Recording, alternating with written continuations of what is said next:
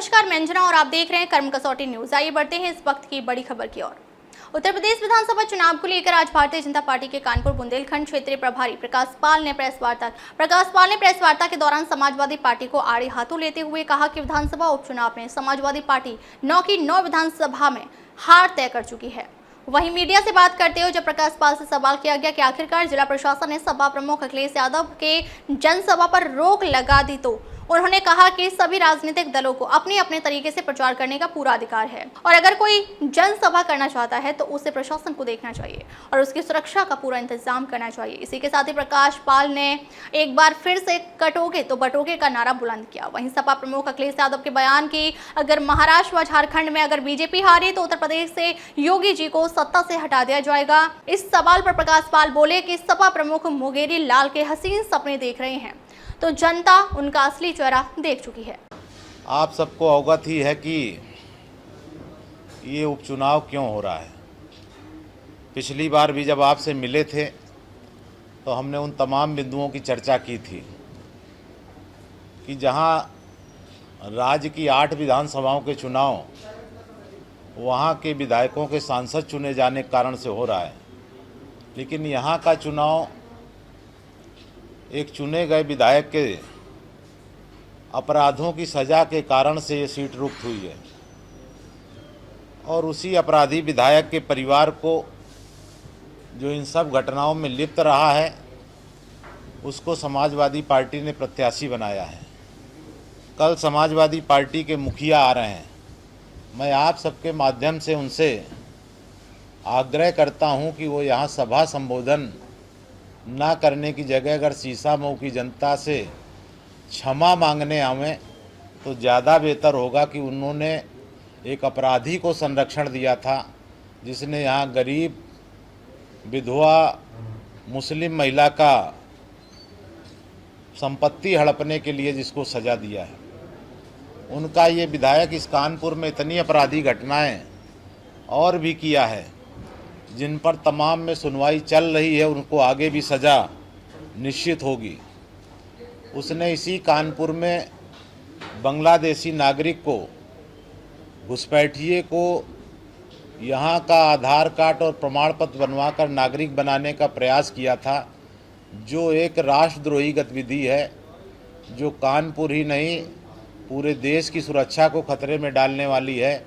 इस पर भी मेरा अखिलेश यादव जी से सवाल है कि आप बांग्लादेशी नागरिक को कानपुर का नागरिक बनाना उनके विधायक के द्वारा जो किया गया इसको वो सही मानते हैं? कानपुर की जनता को उनको जवाब देना चाहिए। उनको इस बात का भी जवाब देना चाहिए कि उनका विधायक फर्जी पहचान पत्र बनवाकर आधार पर वो हवाई यात्रा करता है, क्या उनके विधायक द्वारा जालसाजी करना ये उचित कार्य है? ये कानपुर की जनता को कल ज़रूर बतावें कि हमारे विधायक ने ऐसा किया है तो ये सही किया है।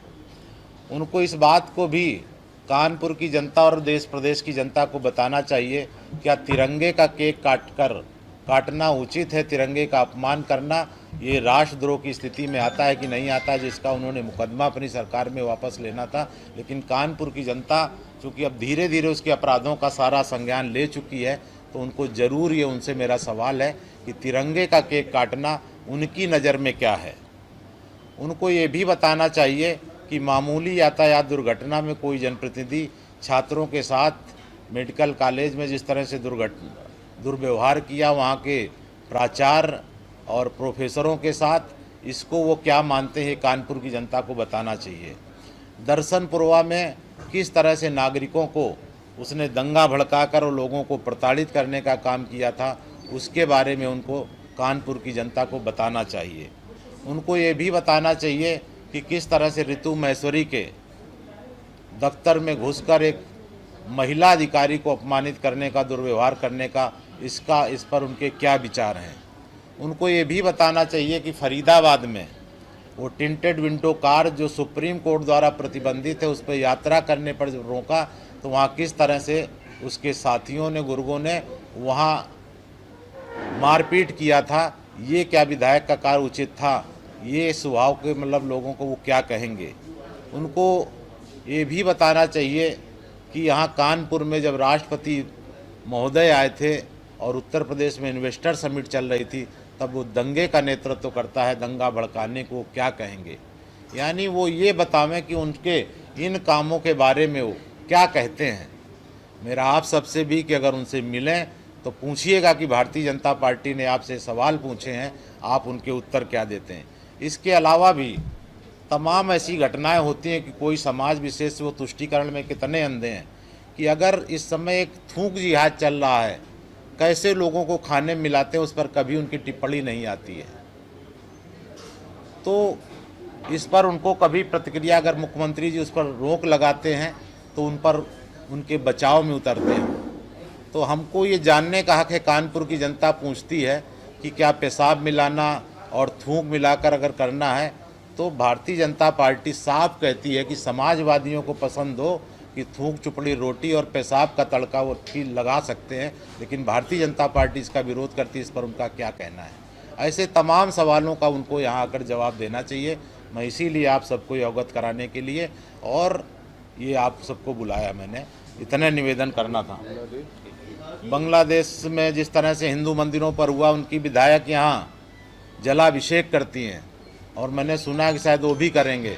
तो मेरा अगर वो यहाँ आते हैं तो बनखंडेश्वर नहीं बल्कि मूलगंज, चमनगंज के 125 मंदिरों पर जाकर वो जलाभिषेक करें। उनके बारे में क्या विचार है, ये भी कानपुर की जनता उनसे पूछती है। तो ये तमाम सवालों का केवल वो घोर तुष्टीकरण में केवल वोट बैंक की राजनीति पर अगर काम करते हैं तो उनको बाकी समाज को उत्तर देने का ज़रूर उनसे उत्तर चाहता है।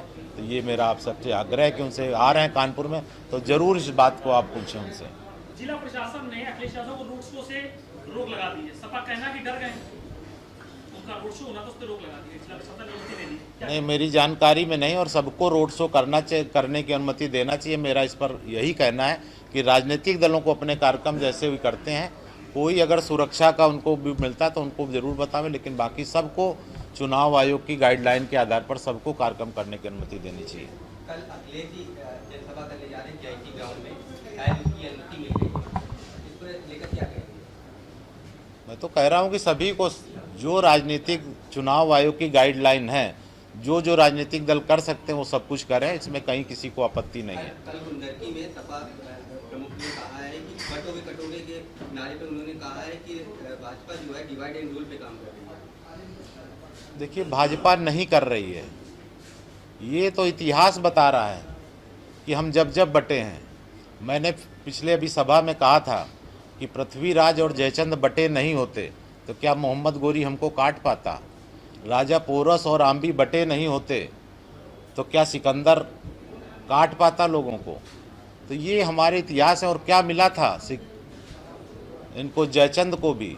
आप सबको शायद इतिहास हमको पढ़ाया नहीं गया है, हम सबको मालूम है कि जब से अगर आप भी पूछोगे तो बचेंगे और आपको पूछते ही कहेंगे कि भाजपा ही हो क्या।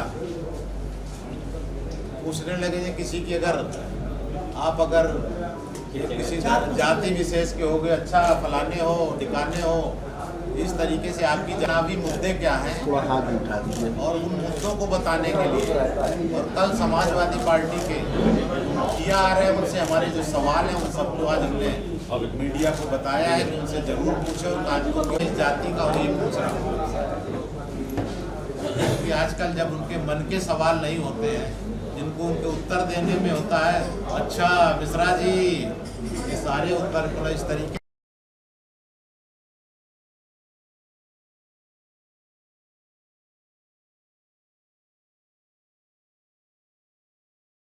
कल समाजवादी पार्टी के मुखिया आ रहे हैं। मैं आप सबके माध्यम से उनसे आग्रह करता हूं कि वो यहाँ सभा संबोधन ना करने की जगह अगर शीशामऊ की जनता से क्षमा मांगने आवें तो ज़्यादा बेहतर होगा कि उन्होंने एक अपराधी को संरक्षण दिया था, जिसने यहाँ गरीब विधवा मुस्लिम महिला का संपत्ति हड़पने के लिए जिसको सजा। अब तक के लिए बस इतना ही, फिर मिलते हैं एक ऐसी ही बड़ी खबर के साथ। तब तक के लिए नमस्कार और देखते रहिए कर्म कसौटी न्यूज़।